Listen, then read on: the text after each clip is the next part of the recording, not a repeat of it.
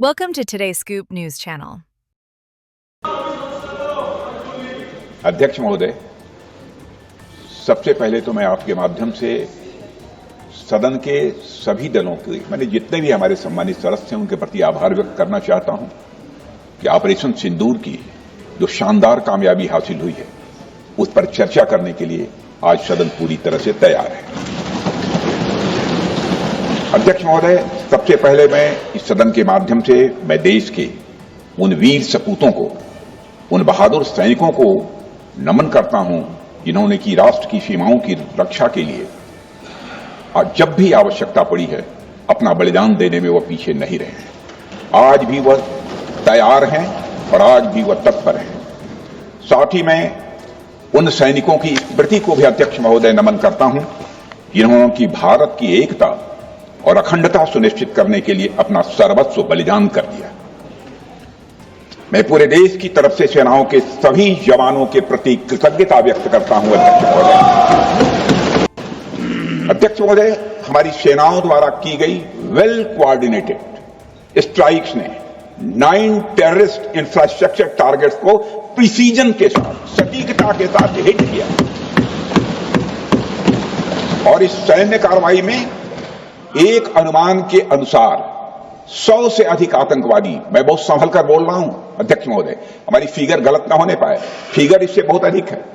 100 से अधिक आतंकवादी, उनके ट्रेनर, उनके प्रशिक्षक, उनके हैंडलर, लश्कर-ए तोयबा और हिजबुल मुजाहिदीन जैसे आतंकवादी संगठनों से संबंधित थे।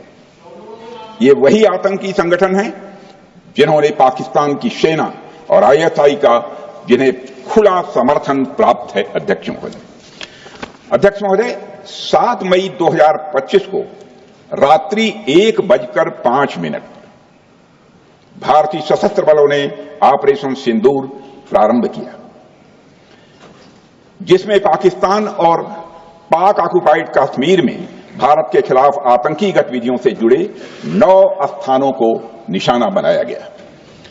इसमें पीओके के मुजफ्फराबाद में सवाई नाला और सैयदना बिलाल कैंप, कोटली में मस्जिद अब्बास व मसवर रहील शाहिद कैंप, कोटली में गुलपुर कैंप, भिम्बर में बरनाला कैंप, कोटली में अब्बास कैंप और पाकिस्तान के पंजाब प्रांत में बहावलपुर, मुहिदके और सरजाल और मेहमुना जोया शामिल थे। इनमें से 7 आतंकी शिविरों को भारतीय सेना ने पूरी तरह से नष्ट कर दिया। कैंप्स और उनके सपोर्टर्स को टारगेट करना, उन्हें नष्ट नाबूद करना था और ये साफ संदेश देना था कि भारत आतंकवाद के विरुद्ध 0 टॉलरेंस रखता है। भारत ने कार्रवाई इसलिए रोकी क्योंकि कॉन्फ्लिक्ट के पहले और उसके दौरान जो भी पॉलिटिकल और मिलिट्री ऑब्जेक्टिव्स तय किए गए थे उसे हम पूरी तरह से हासिल कर चुके थे। इसलिए यह कहना, यह मानना कि यह ऑपरेशन किसी दबाव में रोका गया था, यह बेबुनियाद है और सरासर गलत है।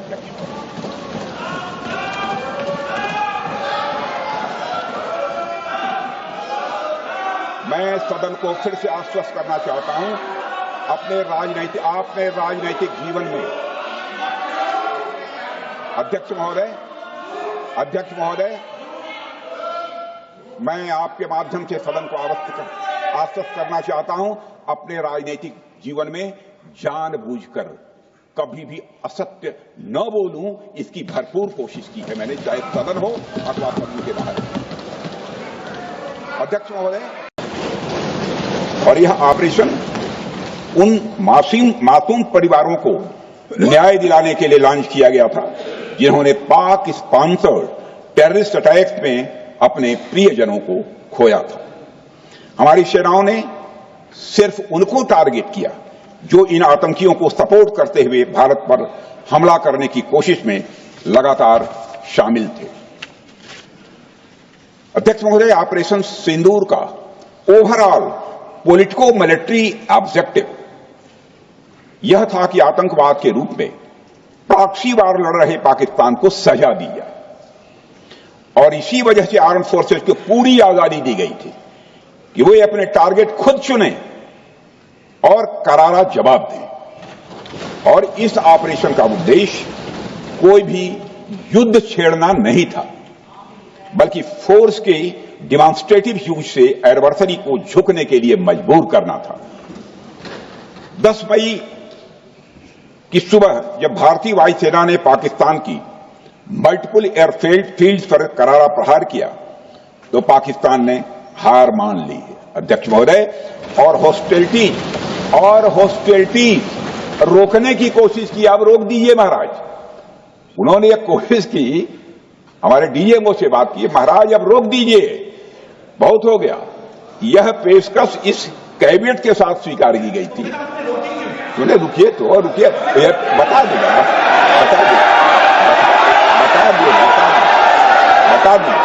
अब आपको मौका मिलेगा। यह क्यों रुका, इसका पहले ही मैं पूरी तरह से वर्णन कर चुका हूं अध्यक्ष महोदय। मैं नेता प्रतिपक्ष को बहुत सम्मान के साथ कहना चाहता हूं कि कृपया एक बार मेरा पूरा भाषण पूछ लें। आपको प्रश्न पूछने की पूरी आजादी है, आप पूछ सकते हैं, मैं उसका उत्तर दूंगा।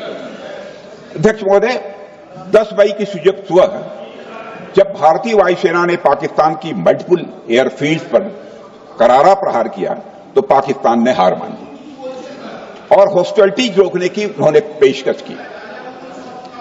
यह पेशकश इस कैबिनेट के साथ स्वीकार की गई हम लोगों के द्वारा कि यह ऑपरेशन केवल पाज किया गया है, स्थगित किया गया है। यह ऑपरेशन समाप्त नहीं हुआ है अध्यक्ष महोदय। अगर पाकिस्तान की ओर से भविष्य में कोई भी मिस एडवेंचर हुआ तो यह ऑपरेशन अध्यक्ष महोदय, मैं सदन को आश्वस्त करना चाहता हूं, दोबारा प्रारंभ हो। और यह ऑपरेशन उन मासूम परिवारों को न्याय दिलाने के लिए लॉन्च किया गया था जिन्होंने पाक स्पॉन्सर्ड टेररिस्ट अटैक्स में अपने प्रियजनों को खोया था। हमारी सेनाओं ने सिर्फ उनको टारगेट किया जो इन आतंकियों को सपोर्ट करते हुए भारत पर हमला करने की कोशिश में लगातार शामिल थे। अध्यक्ष महोदय, ऑपरेशन सिंदूर का ओवरऑल पॉलिटिको मिलिट्री ऑब्जेक्टिव यह था कि आतंकवाद के रूप में प्रॉक्सी वार लड़ रहे पाकिस्तान को सजा दी जाए। और इसी वजह से आर्म फोर्सेस को पूरी आजादी दी गई थी कि वे अपने टारगेट खुद चुने और करारा जवाब दें। और इस ऑपरेशन का उद्देश्य कोई भी युद्ध छेड़ना नहीं था, बल्कि फोर्स के डिमॉन्स्ट्रेटिव यूज से एडवर्सरी को झुकने के लिए मजबूर करना था। किसी भी देश में जनता सत्ता पक्ष को और विपक्ष को अलग अलग दायित्व सौंपती है, दोनों को अलग अलग दायित्व। और हेल्दी डेमोक्रेसी में तो स्वाभाविक है, सत्ता पक्ष का काम होता है जनता के हितों को ध्यान में रखते हुए कार्य करना, और विपक्ष का काम होता है सरकार से जनता के मुद्दों से संबंधित जरूरी प्रश्न पूछना। ऑपरेशन सिंदूर क्यों शुरू किया गया, इसकी जानकारी पहले भी दी गई है और आज भी मैंने सदन को दी है। अध्यक्ष महोदय, कभी कभी हमारे प्रतिपक्ष के लोग ये पूछते रहे हैं कि हमारे कितने विमान गिरे। मुझे लगता है उनका यह प्रश्न हमारी राष्ट्रीय जनभावनाओं का सही से प्रतिनिधित्व नहीं कर रहा है। मुझे लगता है उन्होंने एक बार भी हमसे यह नहीं पूछा कि हमारी सेनाओं ने दुश्मन के कितने विमान मार गिराए।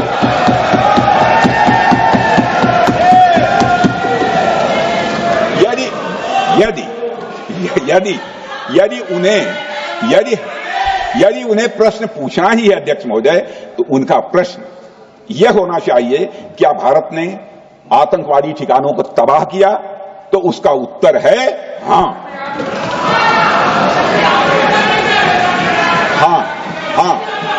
मैं विपक्ष के सम्मानित साथियों से कहना चाहता हूं कि आपको प्रश्न पूछना है तो यह प्रश्न पूछिए, क्या ऑपरेशन सिंदूर सफल रहा? तो उसका उत्तर है हां।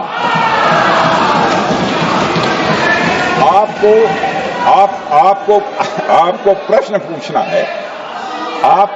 पूछना है तो यह प्रश्न पूछिए कि जिन आतंकियों ने हमारी बहनों, हमारी बेटियों का सिंदूर मिटाया, क्या हमारी सेनाओं ने ऑपरेशन सिंदूर में उन आतंकियों के आकाओं को मिटाया?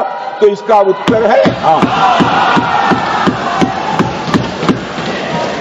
और आपको प्रश्न पूछना है तो यह पूछिए कि इस ऑपरेशन में क्या हमारे जाबाज सैनिकों को कोई क्षति हुई है? तो उसका उत्तर है नहीं। अध्यक्ष महोदय, लक्ष्य जब बड़े हो तो अपेक्षाकृत छोटे मुद्दों पर हमारा ध्यान नहीं जाना चाहिए।